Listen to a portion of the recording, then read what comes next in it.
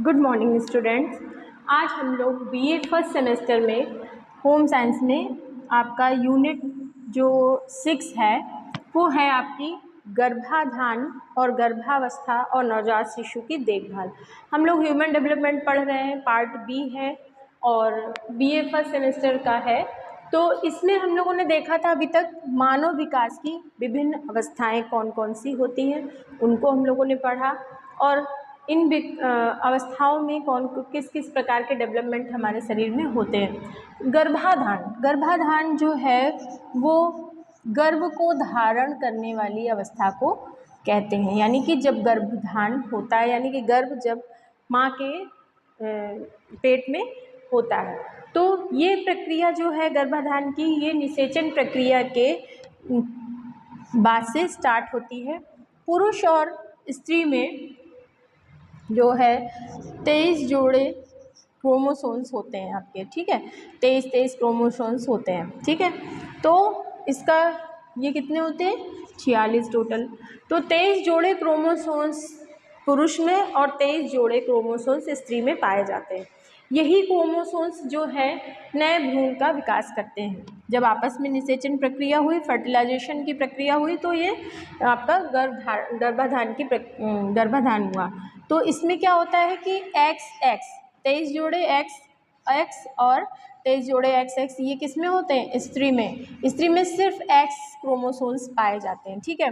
पुरुष में 23 जोड़े और 23 जोड़े XX के और 23 जोड़े XY के, यानी कि एक क्रोमोसोम्स जो होता है वो पुरुष में सिर्फ अलग होता है। स्त्री में अगर पुरुष के XX और स्त्री के XX जोड़े मिलते हैं तो किसका जन्म होता है, बालिका का जन्म होता है, ठीक।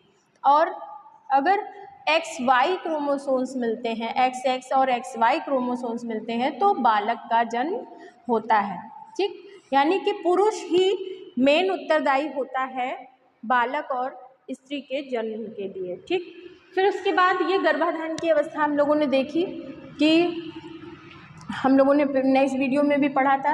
फिर ये आपकी गर्भावस्था 0 से 9 माह तक की अवस्था आपकी गर्भावस्था कहलाती है। गर्भावस्था में क्या होता है,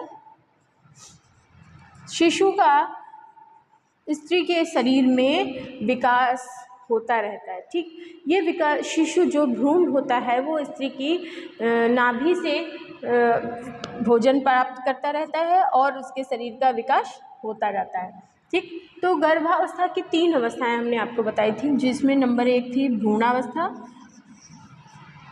पहली अवस्था जो भ्रूणावस्था है, दूसरी अवस्था आपकी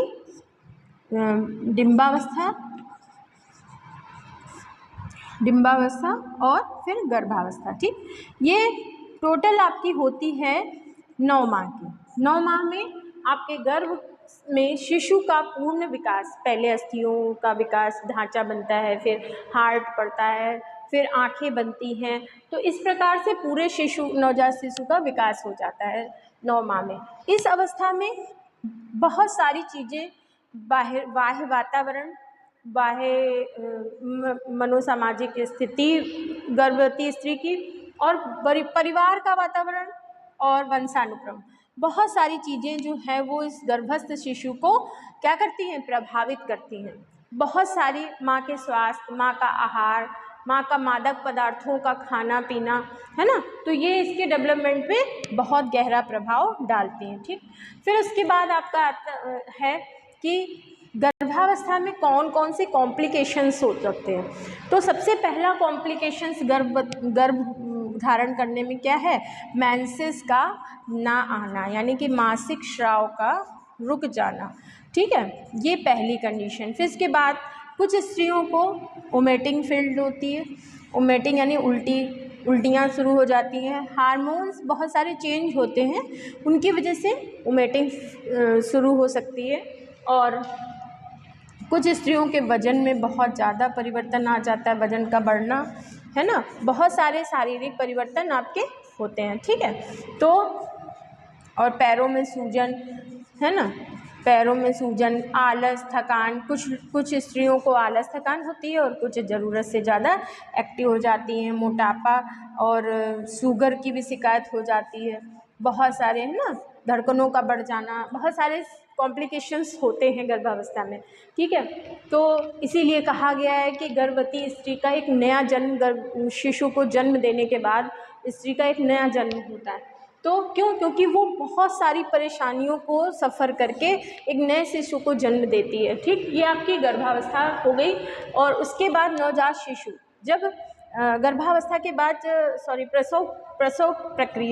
प्रसव प्रक्रिया जो है वो जब बच्चा 9 माह का हो जाता है, ठीक है ना, जब बच्चा 9 माह का हो जाता है तो प्रसव की जो प्रक्रिया यानी कि प्रसव प्रक्रिया यानी कि बच्चे का जन्म होने की जो प्रक्रिया है वो 4 प्रकार का प्रसव होता है। यानी कि सामान्य प्रसव जो है वो उसमें उसको हम लोग क्या बोलते हैं, नॉर्मल डिलीवरी के नाम से जानते हैं। दूसरा है आपका उल्टा प्रसव, ठीक।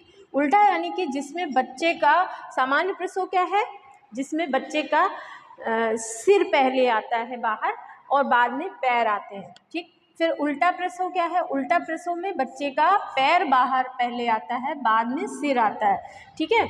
और तीसरा जो है वो आपका औजारों की मदद से जो प्रसव है, यानी कि जो वेजाइना है उसको थोड़ा सा काट कर प्रसव कराया जाता है, तो ये औजारों की मदद से होने वाला प्रसव, ये आपका औजारों का। फिर चौथा आपका है ऑपरेशन द्वारा, यानी शल्य क्रिया द्वारा, ऑपरेशन द्वारा प्रसव कराना, ठीक है। ये आपके 4 प्रकार के प्रसव प्रक्रिया हैं, यानी कि 4 प्रकार से प्रसव होता है, ठीक है। उसके बाद जब नवजात शिशु जन्म ले लेता है तो उसकी देखभाल कैसे करी जाती है। नवजात शिशु मान लीजिए वो, उसकी बहुत अच्छे से देखभाल करनी है। क्यों? क्योंकि वो पूर्णतया माँ के ऊपर डिपेंड करता है। माँ अगर ऑपरेशन के द्वारा शिशु का प्रसव हुआ है ना, ऑपरेशन द्वारा डिलीवरी हुई है, तो उसमें और ज़्यादा एहतियात बरतने की ज़रूरत होती है। क्यों? क्योंकि ऑपरेशन वाले जो बच्चे होते हैं वो किसी भी मतलब दर्द वाले वातावरण को झेलकर बाहर नहीं आए, तो उनको क्या है, दिक्कतें ज़्यादा है, मतलब उनको इन्फेक्शन का डर जल्दी है। छोटे बच्चों को इन्फेक्शन से बचाना है।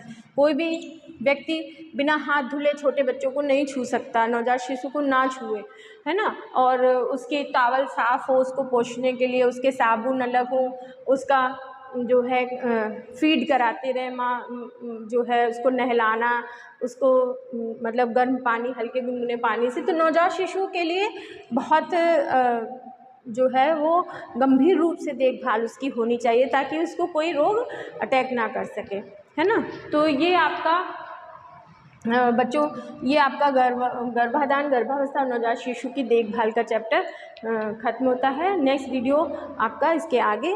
Thank you.